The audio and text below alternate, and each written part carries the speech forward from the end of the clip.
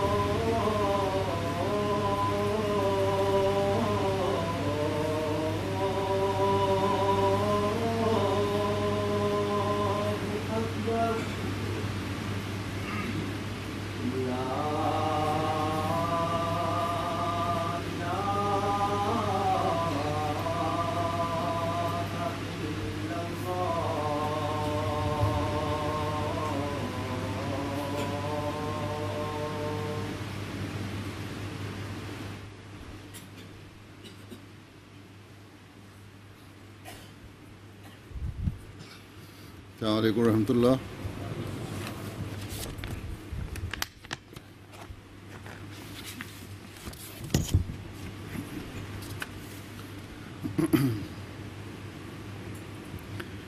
अशहदु अल्ला इलाहा इल्लल्लाह वहदहु ला शरीक लहु वअशहदु अन्ना मुहम्मदन अब्दुहु व रसूलुहु अम्मा बअदु फ़अऊज़ु बिल्लाहि मिनश शैतानिर रजीम। बिस्मिल्लाहिर रहमानिर रहीम। अल्हम्दुलिल्लाहि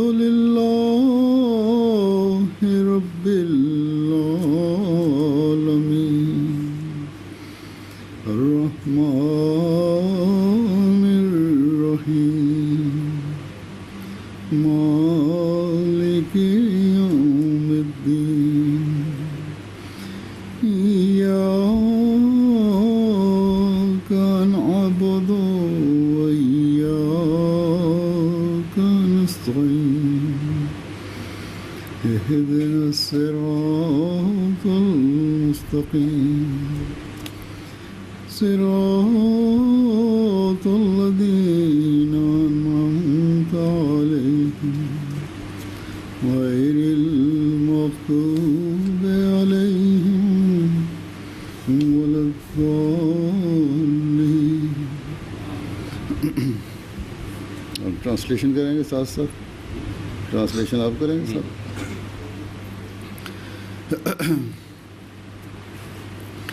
ये अल्लाह ताला का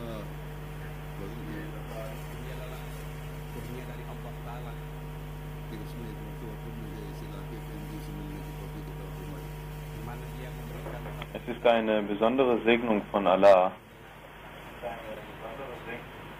dass ich die Möglichkeit bekommen habe, hierher zu kommen.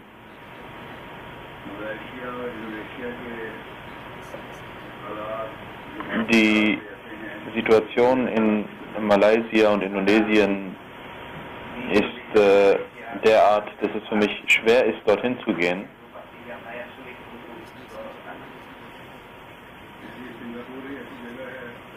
Deswegen ist Singapur ein Ort, an dem ich die Möglichkeit habe, auch solche Mitglieder zu treffen aus diesen Ländern, in denen die Situation der Jamaat nicht so gut ist. Möge Allah schnell solche Zustände schaffen, dass auch in diesen Ländern für die Jamaat gute Verhältnisse herrschen und der Kalif der Zeit auch diese Länder besuchen kann.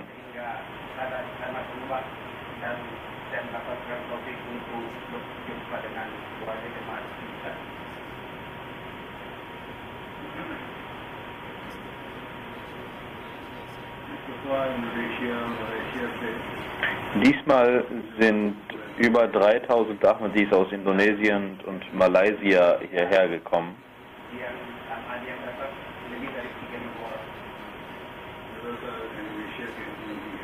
Die Mehrzahl sind Ahmadis aus Indonesien.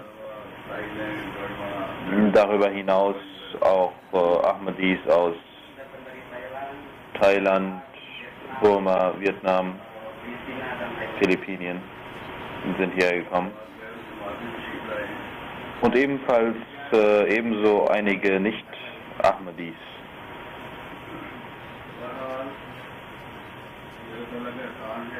Es ist eine besondere Segnung von Allah, dass er die Möglichkeit gab, hier diese Ahmadis zu treffen.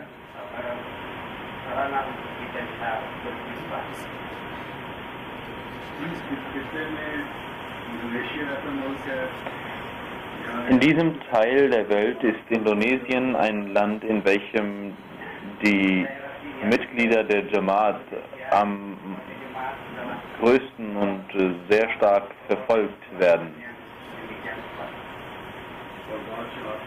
Ihnen wird Unrecht zugetan und auch einige Ahmadis sind hier gestorben als Märtyrer.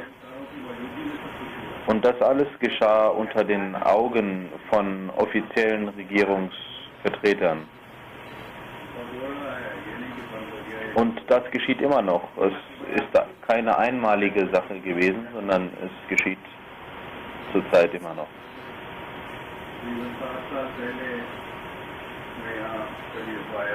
Vor ungefähr 7 Jahren kam ich hierher zum ersten Mal.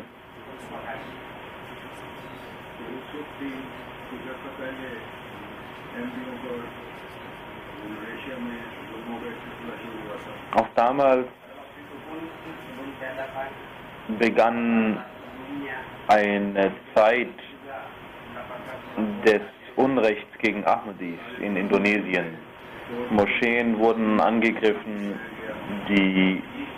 der Besitz der Jamaat wurde angegriffen und ihm wurde Schaden zugefügt.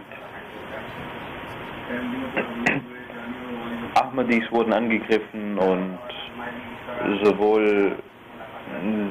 Ahmadis wurden sowohl getötet als auch ihr Besitz wurde ausgeraubt. In jedem Fall stieg dann diese Feindschaft und dieses Unrecht immer mehr. Und viele mussten ihr Leben dahin geben und ihr Hab und Gut ebenfalls. Und Sie wissen alle, wie die Ahmadis unter den Augen der Polizei, auf welche brutale Weise sie getötet worden sind.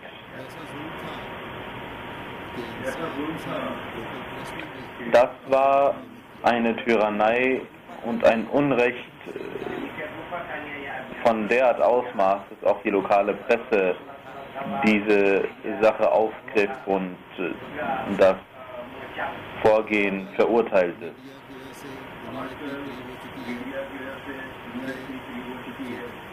Heutzutage ist die Welt so sehr zusammengerückt aufgrund der Medien, dass diese Untaten sich sofort in der ganzen Welt verbreiteten und jeder wusste, was passiert war.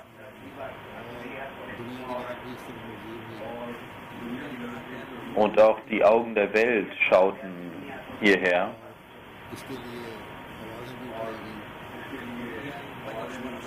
Und es wurde der Ruf gegen diese Tat wurde laut.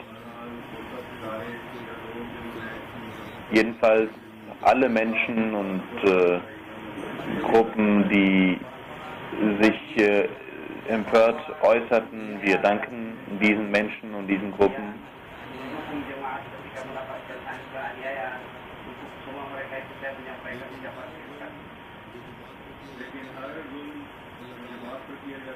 Doch jedes Unrecht, das gegen die Jamaat getan wird,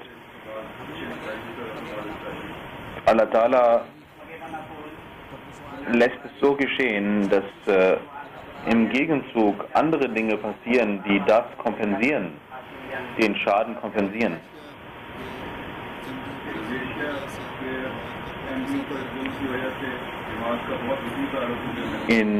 Aufgrund der Tyrannei in Indonesien hat die Jamaat eine große Berühmtheit in der ganzen Welt erlangt. Als in Afrika an einem sehr abgelegenen Ort dieses Video gezeigt wurde und ein großer Gelehrter dort dies sah, entschloss er sich, dass dieses Unrecht nur mit Gläubigen passieren kann. Deswegen trete ich ab heute in die Jamaat Ahmadiyya ein.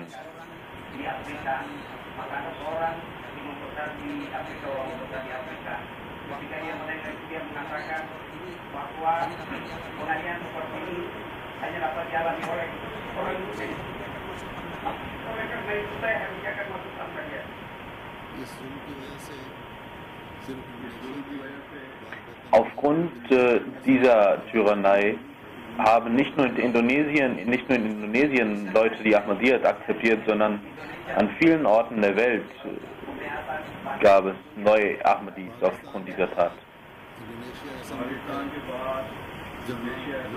Nach Pakistan ist Indonesien jenes Land, in dem die Barbarei und die Tyrannei immer weitergeführt wird und sehr groß ist. Ein Land, in dem Ahmadis auf tyrannische Art und Weise verfolgt werden.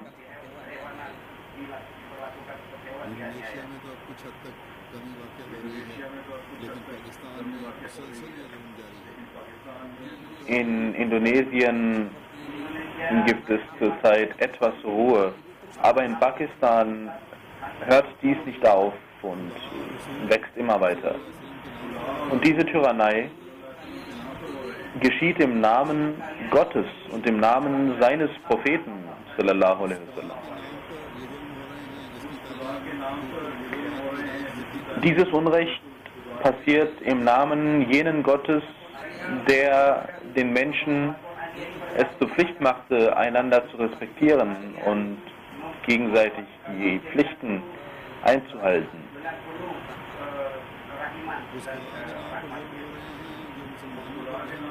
Es geschieht im Namen jenes Gottes, der den Muslimen die Lehre gab, gerecht zu handeln.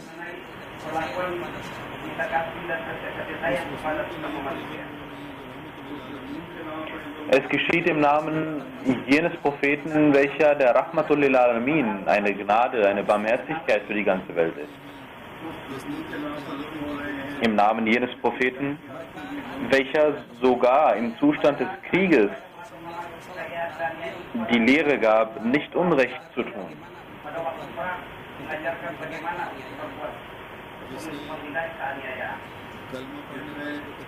Der sich sehr empört zeigte über den Gefährten, der einen Menschen tötete, welcher das Glaubensbekenntnis ausgesprochen hatte. Und als der Gefährte antwortete, dieses Glaubensbekenntnis hat er nur rezitiert, weil er Angst vor dem Schwert hatte,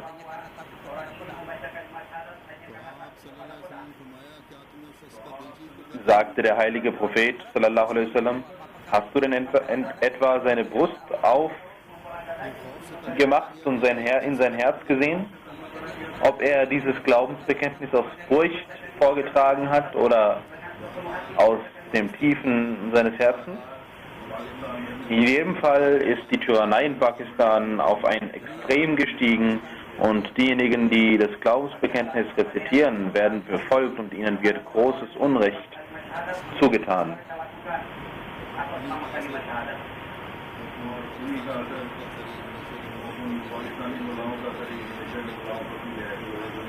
Und dieselben Mullahs haben auch ihren Einfluss auf die Mullahs in Indonesien, die dieses Unrecht und diese Tyrannei begehen.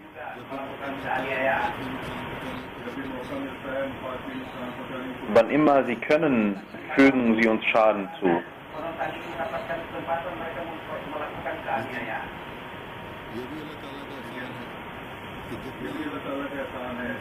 Doch es ist eine besondere Segnung von Allah. Je mehr der Feind in seinem Unrecht und in seiner Tyrannei steigt, desto mehr wächst der Glaube der Ahmadis.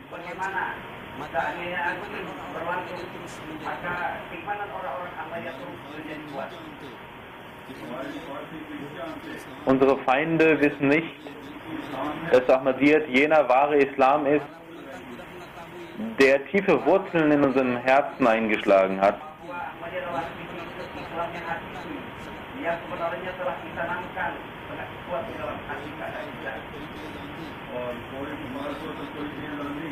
Und kein Sturm kann diese Wurzeln aus unseren Herzen reißen lassen.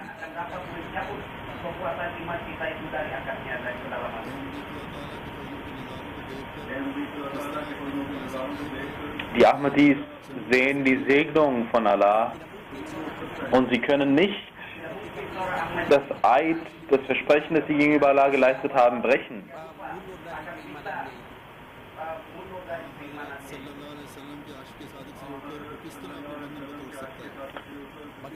Sie können nicht ihre Treue verlassen, wenn sie sich einmal dem wahren Liebenden des heiligen Propheten Muhammad sallallahu alaihi wasallam angeschlossen haben.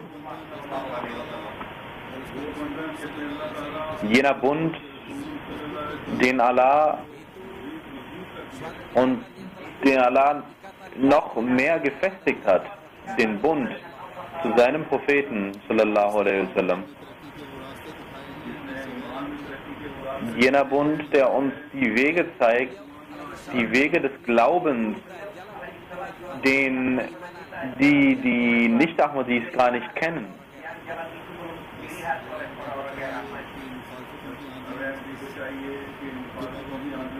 Jeder Ahmadi sollte versuchen, dass er trotz dieses Sturms von Tyrannei seinen Glauben stärkt und wachsen lässt.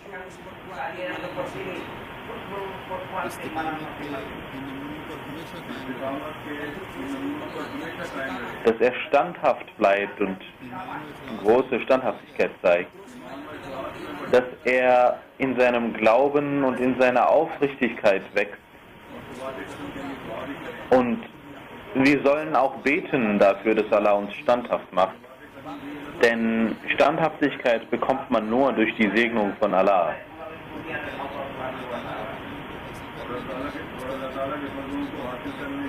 Und um die Segnungen von Allah anzunehmen, muss man sich vor ihm bücken und ihn anbeten.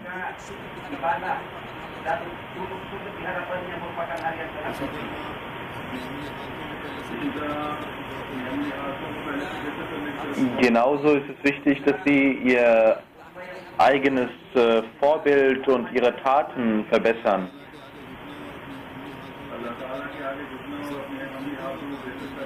Vor Allah niederzuknien ist nicht nur die Aufgabe jener Ahmadis, die dieses Unrecht erdulden müssen,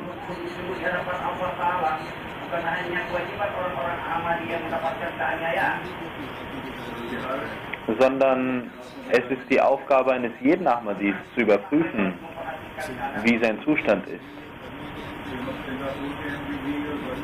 Sowohl die Ahmadis aus Singapur, aus Burma, aus Thailand und Ahmadis aus jedem Land. Wenn sie dies nicht tun, können sie nicht Fortschritte machen.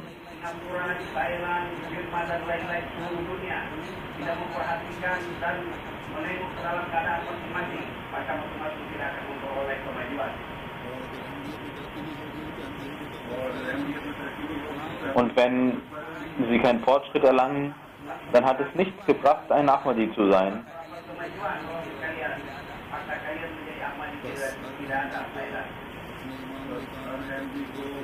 Deswegen sollte jeder Ahmadi versuchen, auf seinen Glauben Acht zu geben und dort voranzuschreiten. Ich habe auch Malaysia erwähnt. Auch dort werden Ahmadis verfolgt. Auch dort hört man von Zeit zu Zeit diese Dinge.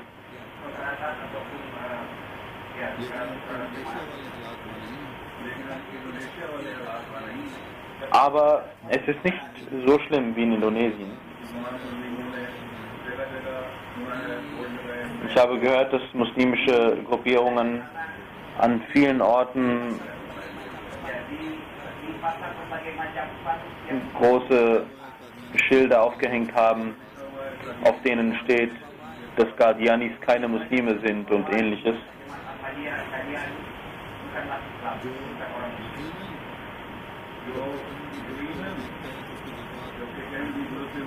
Wenn ein Ahmadi dies sieht, dann kann er dies nicht erdulden und seine Gefühle werden stark verletzt. Überall stehen diese Dinge und sie verletzen das Herz eines jeden Ahmadis. Doch ein Ahmadi nimmt nicht das Gesetz in seine eigene Hand, sondern zeigt sich geduldig.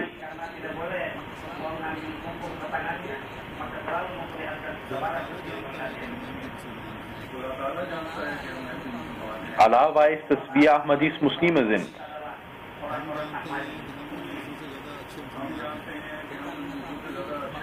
Wir wissen, dass wir bessere Muslime sind als die anderen. Wir wissen, dass unsere Herzen voller Liebe für Allah und seinen Propheten sind.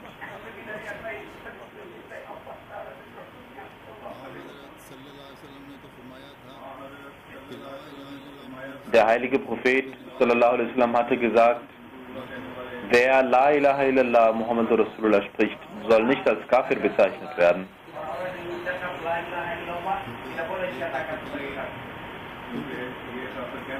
Denn ihn als Kafir zu bezeichnen, wird auf dich zurückkommen und du wirst es büßen, ihn Kafir genannt zu haben. Der heilige Prophet sallallahu alaihi wasallam sagte, selbst jemand, der nur La ilaha illallah sagt, ist ein Muslim.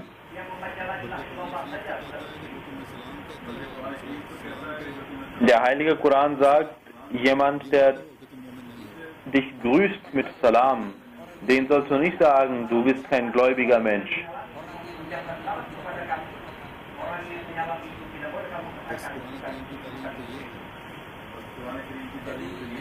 Das ist die Lehre des heiligen Koran.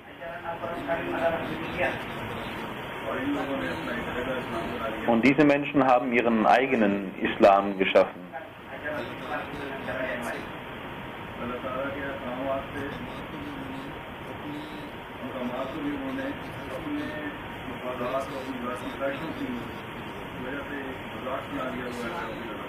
Sie haben die Gebote des Koran zu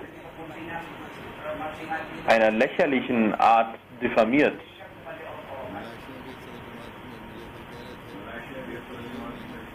Der Sadr Jamaat aus Malaysia kam zu mir und sagte, dass zwar diese Schilder überall aufgehängt sind, aber die Menschen kümmern sich nicht mehr drum und sie sehen sich das nicht mehr an.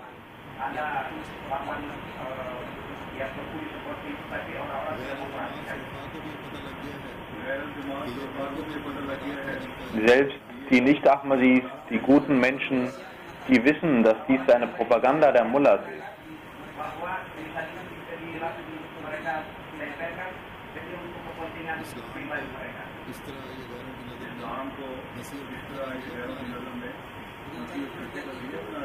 Sie diffamieren den Islam vor den Augen von Nicht-Muslimen.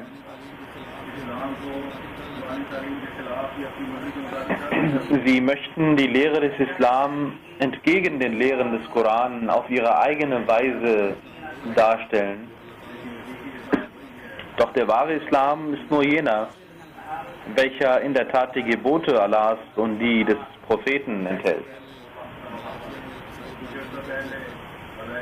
Vor einiger Zeit kam ein christlicher Priester in Malaysia und sagte, dass selbst die Christen das Wort Allah gebrauchen können, weil es einen Gott, einen Allah gibt.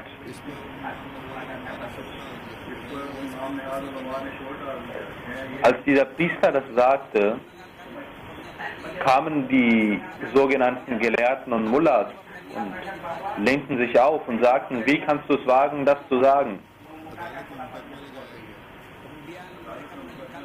Sie gingen vor das Gericht mit diesem Fall und schauen Sie sich den Zustand des Gerichts an. Dieses entschied, dass nur Muslime das Wort Allah in den Mund nehmen können.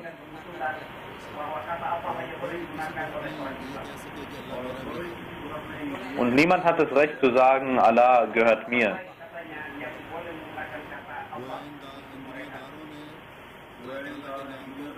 Diese weltlich gesinnten Leute haben selbst das Wesen Allahs beschränkt und wollen das Wesen Allahs beschränken.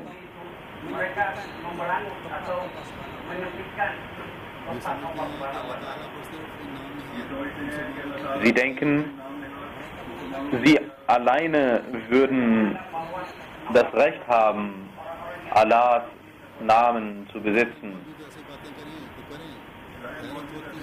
Diese dummen und blödsinnigen Mullahs sagen dies, aber verwundert bin ich über die gebildeten Menschen, die genau dasselbe denken und tun und so den Islam diffamieren.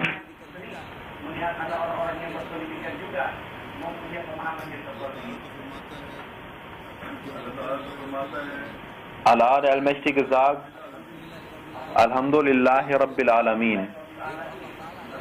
Aller Preis gebührt Allah, welcher der Herr der Welten ist. Er ist der Herr von allen Menschen. Egal ob Muslime oder Nicht-Muslime. Dann sagt Allah,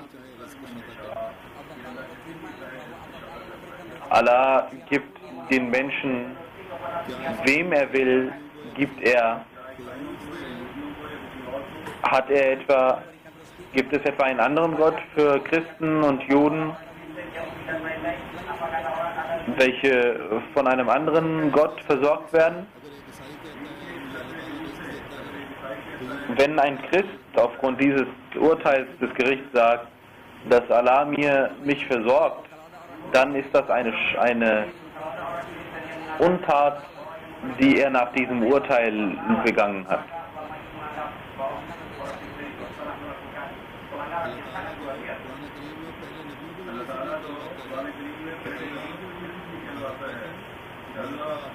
Allah hat im Heiligen Koran gesagt und die alten Propheten haben gesagt, und das steht im Heiligen Koran, Allah ist der Herr, ist euer Herr und der Herr eurer Vorfahren.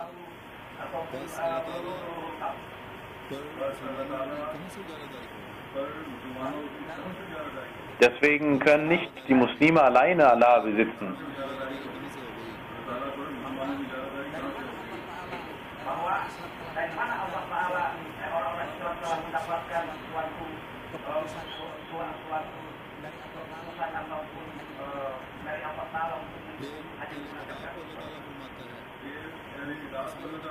Dann sagt Allah zu den Besitzern des Schrifts, er sagt über die Christen, über jene Christen, über die das Gericht in Malaysia entschieden hat, dass sie nicht sagen können, Allah gehöre ihnen.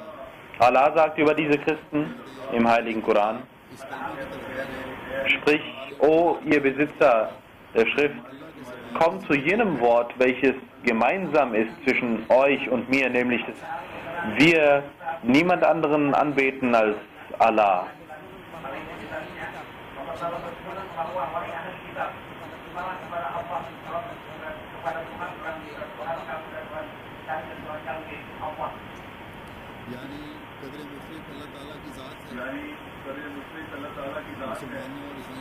Das bedeutet, dass das Wesen Allahs etwas ist, was Muslime und Christen gemeinsam besitzen.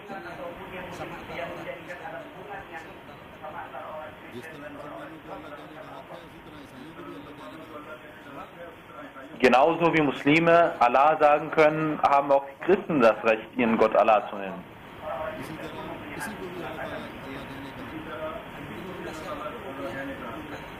Genauso kann jeder andere Mensch auch Allah sagen. Ich habe einige Beispiele genannt, weil einige Ahmadis darüber fragen.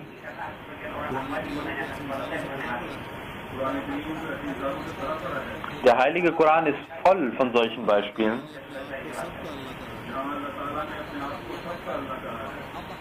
Und Allah hat jedem das Recht gegeben, Allah zu sagen.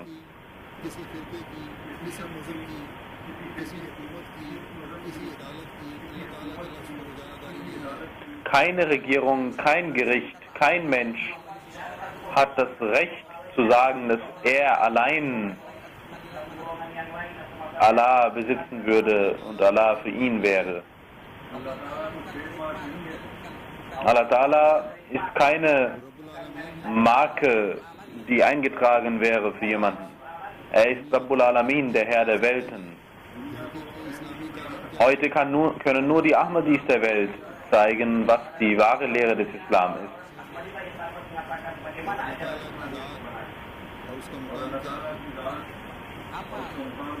Und was das Wesen Allahs und sein Rang ist. Was die wahre Lehre des Heiligen Koran ist.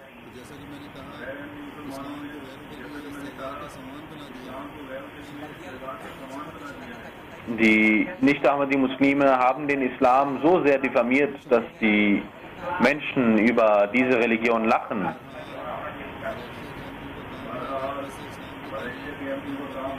Es ist die Aufgabe der Ahmadis in Malaysia, mit Hikmat und Weisheit die Lehre des Islam ihren Menschen, ihren Mitmenschen zu zeigen.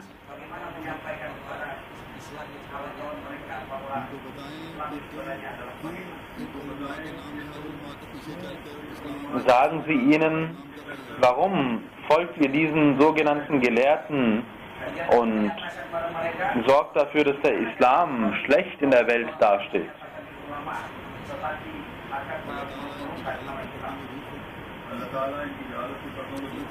Möge Allah diesen Unsinn von diesen Menschen beseitigen, ihre Dummheit beseitigen.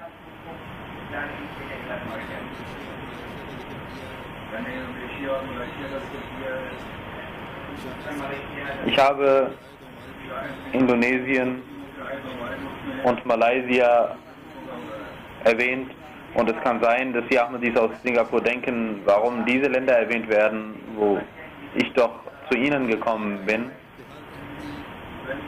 Erstens möchte ich sagen, dass jeder Ahmadi wissen sollte, dass die Gläubigen wie ein einziger Körper sind. Wenn einem Menschen Leid zugefügt wird, spürt auch der andere Mensch den Schmerz.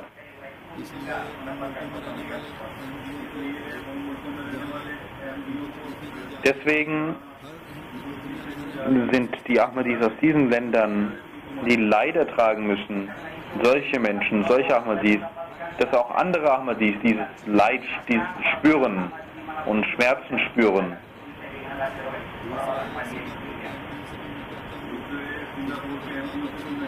Zweitens möchte ich zu den Ahmadis in Singapur sagen, ihr Zustand hier ist ziemlich gut. Die Regierung erlaubt es niemandem, gegen eine Religion vorzugehen.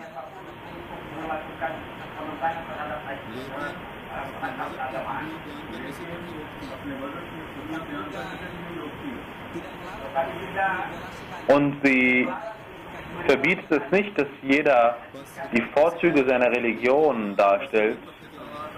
Deswegen sollten sie das Tablir erweitern mit Hikmat und Weisheit und die Vorzüge ihrer Religion zeigen. Sie sollten die Botschaft der Ahmadiyyat in jeder Gruppe und Gesellschaftsschicht verbreiten.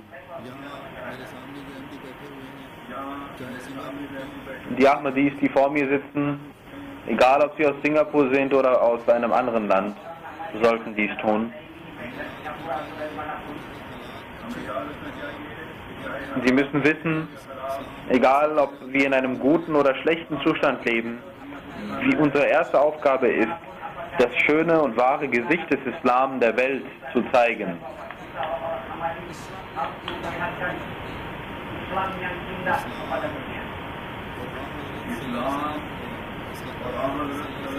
Den Islam und das Leben des heiligen Propheten sallallahu alaihi wasallam der ganzen Welt zu zeigen und zu zeigen, welche Vorzüge dieser Prophet hatte.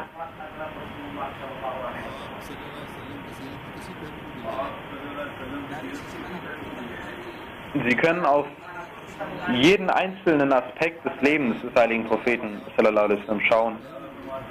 Allah sagt, jeder Aspekt ist für den wahren Muslim das Beste aller Vorbilder. Seien es häusliche Dinge, seien es Dinge, die die Gesellschaft betreffen.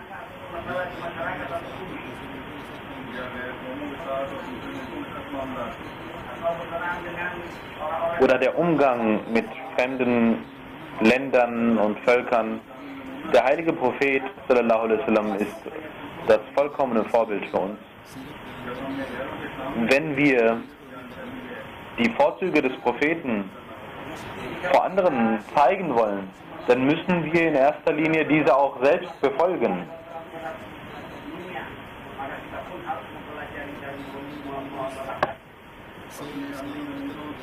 Wir müssen durch unser eigenes Vorbild die fremden Menschen zum Islam führen.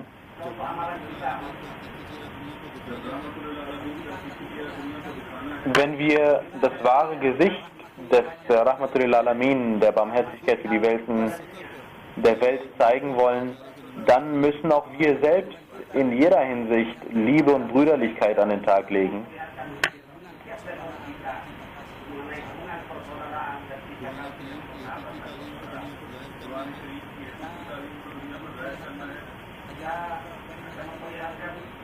Wenn wir die wahre Lehre des Heiligen Koran der Welt zeigen wollen, wenn wir der Welt sagen wollen, dass es wichtig ist, an den wahren Liebenden des heiligen Propheten sallallahu alaihi wasallam zu glauben, an den Gesandten Gottes, der in dieser Zeit gekommen ist. Es ist wichtig, an ihn zu glauben, um überhaupt den heiligen Koran heute verstehen zu können.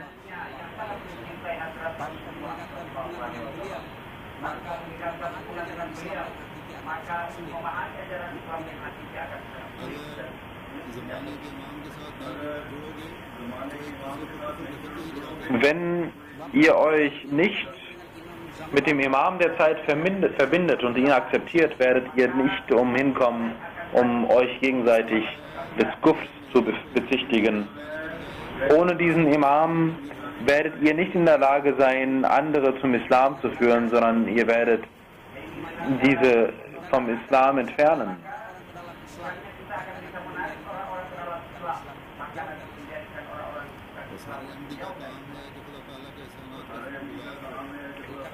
Es ist also die Aufgabe eines jeden Ahmadis, dass er der Segnungen Gottes gedenkt, dass er uns die Kraft und Möglichkeit gegeben hat, gemäß den Prophezeiungen des heiligen Propheten Muhammad sallallahu alaihi wasallam an den verheißenen Messias und Mahdi zu glauben.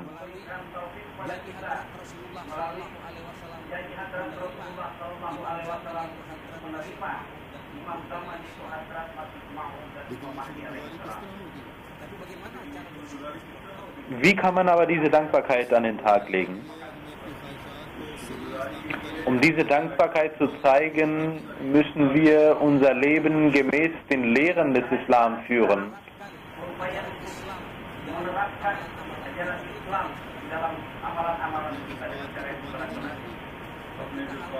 Wir müssen unsere Emotionen opfern. Wir müssen Anstrengungen unternehmen, um die wahre Lehre des Islam zu verstehen. Das ist es, auf das wir uns alle gemeinsam konzentrieren müssen. Es gibt vieles, was man sagen kann, aber aufgrund der fehlenden Zeit kann ich nicht alle Dinge in aller Ausführlichkeit erzählen.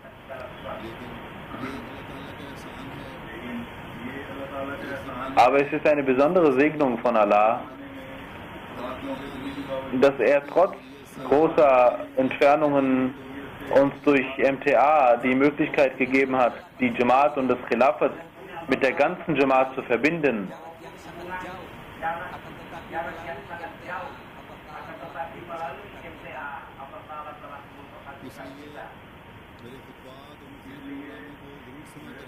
Deswegen sollten Sie meine Freitagsansprachen und andere Programme in jedem Falle hören.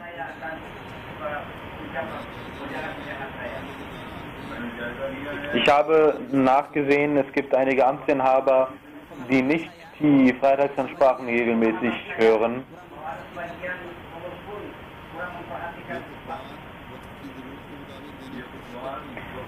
Diese Freitagsansprachen, ich versuche sie gemäß der aktuellen Situation und Notwendigkeit zu halten. Deswegen sollten Sie in jedem Falle sich mit diesen Khutbats verbinden, mit diesen Ansprachen, damit Sie überall auf der Welt die wahre Lehre der Ahmadiyyat sehen und die Einheit etabliert werden kann und die Welt diese Einheit sieht.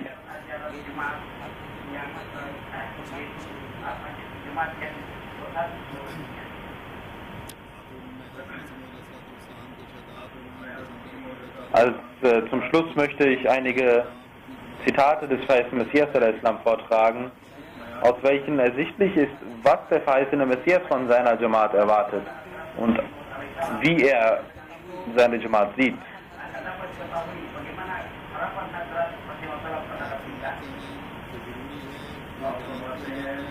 Der verheißene Messias al-Islam sagt, es ist wichtig, dass man dieses Versprechen, den Glauben der Welt vorzuziehen, immer wieder erneuert und dieses überprüft.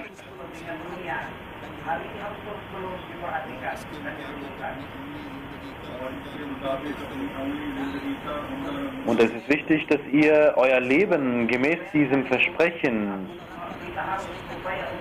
ausübt. Dann sagt der verheißene Messias, die Hilfe Gottes kommt nur zu jenen Menschen, welche immer weiter voranschreiten in Tugenden und guten Taten, die nicht an einer Stelle verharren, Und das sind jene, welche ein gutes Ende finden.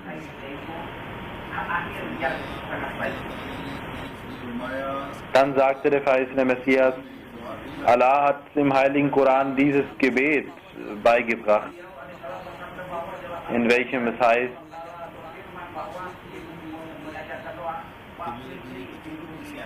وَأَصْلِحْ لِي فِي ذُرِّيَّتِي, verbessere und reformiere mich und meine Familie, meine Kinder. Sich selbst zu verändern, zu verbessern durch Gebete.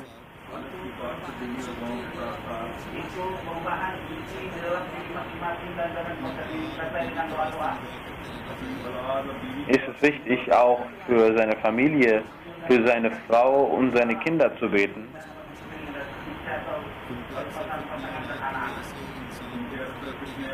Denn viele Unruhen und Unfrieden, die auf den Menschen kommen, geschehen durch die Kinder, durch die eigenen Kinder des Menschen.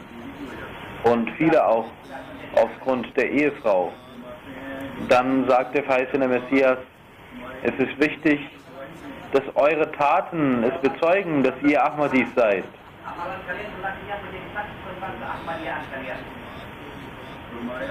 Der verheißene Messias sagt, für unsere Jamaat ist es wichtig zu wissen,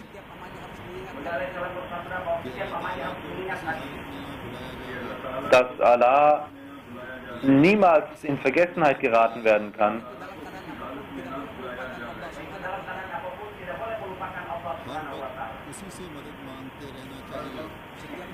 Es ist wichtig, immerzu seine Hilfe zu erflehen. Ohne ihn ist der Mensch nicht.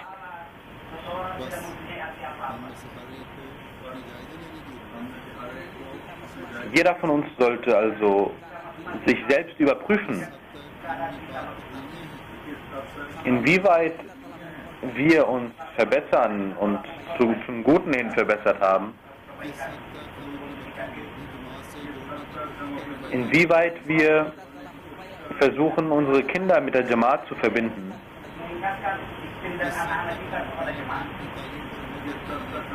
inwieweit wir den Geboten des Koran Folge leisten. Solche Praxis ist auch, die Fremden gestehen müssen, dass wir bessere Muslime sind als sie.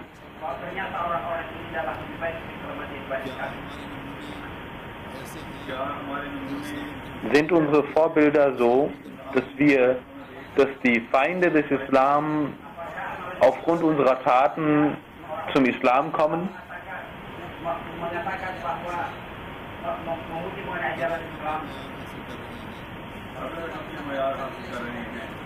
Wenn wir dieses Niveau erlangt haben,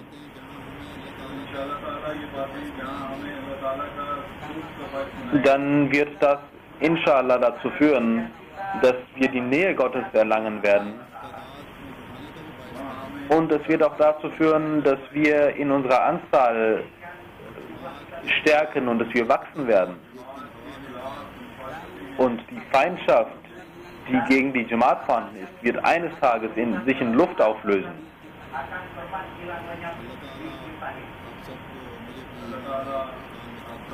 Möge Allah Ihnen allen und auch mir die Kraft geben, in unserem Glauben stark zu werden.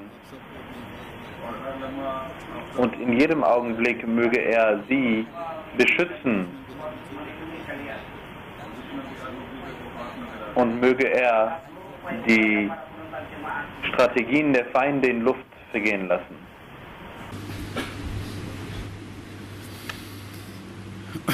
Alhamdulillah, alhamdulillah, nahmaduhu wa nasta'inuhu wa nastaghfiruhu wa nu'minu bihi wa natawakkalu alayhi wa na'udhu billahi min shururi anfusina ومن سيئات أعمالنا من يهده الله فلا مضل له ومن يضلل فلا هادي له ونشهد أن لا إله إلا الله ونشهد أن محمدا عبده ورسوله عباد الله رحمكم الله إن الله يأمر بالعدل والإحسان وإيتاء ذي القربى وينهى عن الفحشاء والمنكر والبغي يعظكم لعلكم تذكرون اذكروا الله يذكركم وادعوه يستجب لكم ولذكر الله أكبر